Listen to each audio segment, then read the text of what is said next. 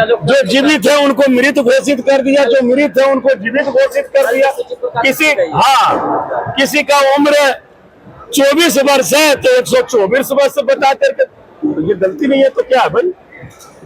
आप लिखते हो कि गहन पुनरीक्षण कार्य मतदाता का सूची में कर रहा हूं, तो गहन का मतलब क्या होता है?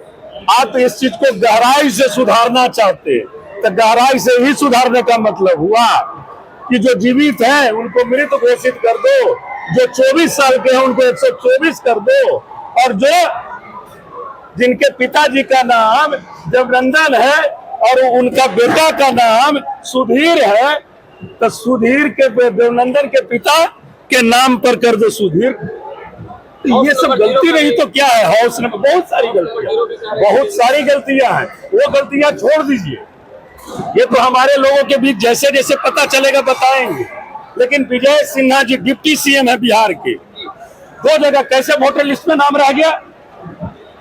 तो ये इलेक्शन कमीशन का ये जो गहन पुनरीक्षण कार्य है, इस पर सवाल खड़ा होता है कि नहीं? कैसे छूटे? वो कोई आम आदमी नहीं थे, कैसे छूटा? SIR के बहाने वो सरकार बनाना चाहती है। और मैं समझता हूं हमारे बिहार और देश की आवाम उसकी इस नीति को बखूबी समझ चुकी है।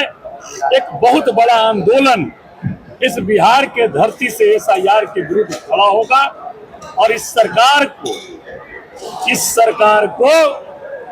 देश के आवाम, देश के मतदाता के आगे झुकना। हमारे नेता कहते हैं, जो गुजराती आके बताएंगे कि बिहार में मतदाता क्यों है, ये उनको बताने की आवश्यकता है। ऐसा कभी हुआ है? आपने देखा कि इस SIR पर जिस तरह का आंदोलन इलेक्शन कमीशन के विरुद्ध पूरे सड़क से लेकर संसद तक के चल रही है। मैं समझता हूं कि आजादी के बाद इलेक्शन कमीशन के विरुद्ध ये SIR के चलते बहुत बड़ा आंदोलन है। ऐसा आंदोलन इलेक्शन कमीशन के प्रति कभी नहीं हुआ। तो इससे भी सचेत होने की आवश्यकता है, देश की आवाम को बताने की जरूरत है। भारतीय जनता पार्टी क्या बोलेगी? स्वतंत्र वो एजेंसी है। तो भाई, ये जो देश की स्वतंत्र जो एजेंसियां हैं किस रूप में काम कर रही है, ये बिहार और देश की जनता देख रही है।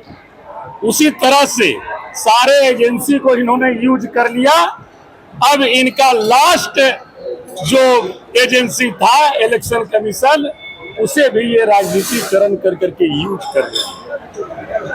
हमारे नेता तेजस्वी बाबू, राहुल जी और जितने भी घटक दल के सभी राष्ट्रीय अध्यक्ष हैं पार्टी की, सभी लोग पूरी मजबूती के साथ, और जितने भी हमारे मतदाता भाई बंधु हैं, माताएं बहनें हैं, सभी लोग इस वोटर अधिकार यात्रा का आप देख रहे हैं किस तरह से जनसैलाब उमड़ा हुआ है, और लोग इसके समर्थन में आ रहे हैं। सरकार को इस यात्रा से सचेत होने की आवश्यकता है। सरकार को इस यात्रा को देखते हुए SIR पर अविलंब SIR पर रोक लगाने की जरूरत है। ये मैं जरूर आपके माध्यम से कहना चाहता हूँ। सरकार को ये सोचना चाहिए, नहीं तो आवाम सोचेगी। क्या नहीं छिपा रही है? बहुत सारा चीज छिपा रही है। आपने देखा ना, एक ही बात थोड़ी है। कल औरंगाबाद में सभा हो रही थी, जब सभा खत्म हुई तो जो हमारे टेंट गाड़ने वाले जो साथी थे, उनका 9 बजे रात में फोन आया कि भैया देखिए ना, हमने सबके वोटर लिस्ट से नाम गायब है। 8 बजे लोड किया, देख रहे थे हमने कोई जो वोटर लिस्ट का नाम ही नहीं। ऐसे वही लोग नहीं है जो जीवित है उनको मृत घोषित कर दिया, जो मृत है उनको जीवित घोषित कर दिया। किसी का उम्र 24 वर्ष है तो 124 वर्ष बता करके, तो ये गलती नहीं है तो क्या है भाई? आप लिखते हो कि गहन पुनरीक्षण कार्य मतदाता का सूची में कर रहा हूं, तो गहन का मतलब क्या होता है?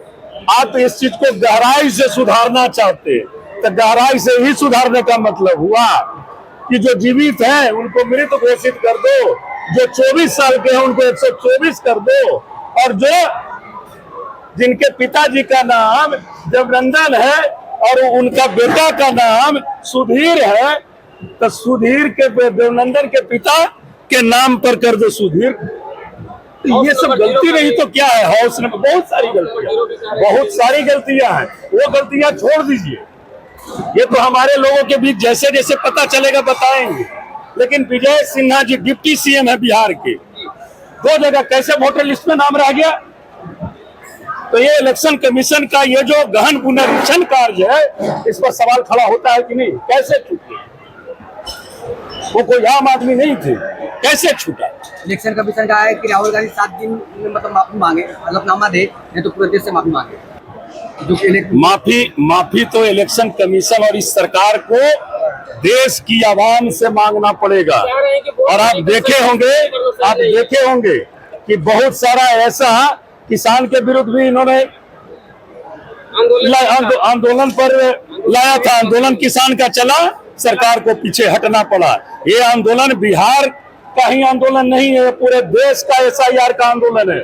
और ये बिहार की धरती से शुरू हुई है, जो आंदोलन की धरती रही है और परिवर्तन की धरती रही है। एक सवाल सर, हम यहाँ पे आम लोगों से बात कर रहे थे, लोग कह रहे थे उनको कुछ पता ही नहीं है, तो आप लोग आम जनता को कैसे समझाइए? अच्छा देखिए, आप लोग कमाली समझ गए, युवा लोग क्या समझ गए? तो आप बाहर जा करके देख लीजिए, सारी चीज उन्हें समझ में आ गई है।